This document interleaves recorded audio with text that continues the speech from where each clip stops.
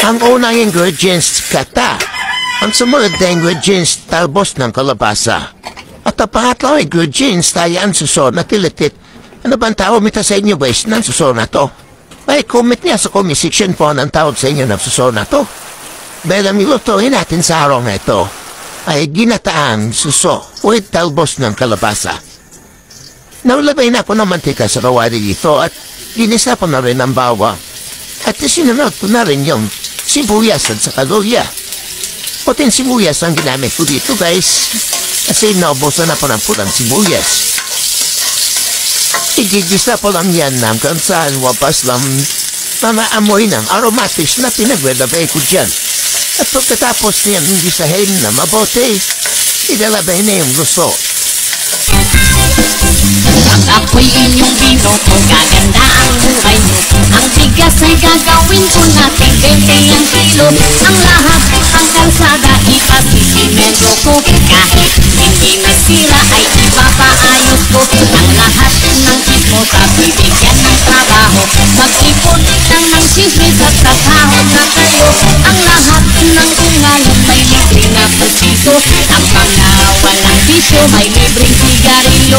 Pati ang mga tambay ay pasasahurin ko. Basta wag kang umabsa dyan sa tambayan ninyo. At itong mga gago at mga siraulo, gagawin ko na taga-pamahala ng gulo. Pag ako ang nanalo, ayos na. Wag na.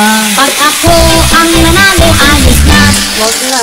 Pag ako ang nanalo, ang asenso sigurado. Pag ako ang nanalo, ayos na. Kayong maniwala sa palaban kong ito. Pag ito ang nanalo na nakawan niya kayo. Pero kung papalarin na ako'y iboto nyo, itong ating lugar gagawin kong mas libo. Lalagyan ko ng ilaw itong aking kalsada. Iilawan ko pa rin kahit maliwanag na.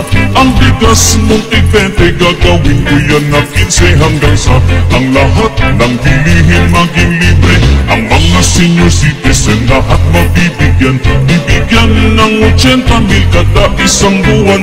Ang mga senior na may edad na 100, 150,000 ang pension buwan-buwan.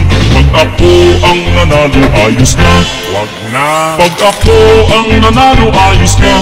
Wag na. Pag ako ang nanalo, ang asenso sigurado. Pag ako ang nanalo, ayos na. Wag na.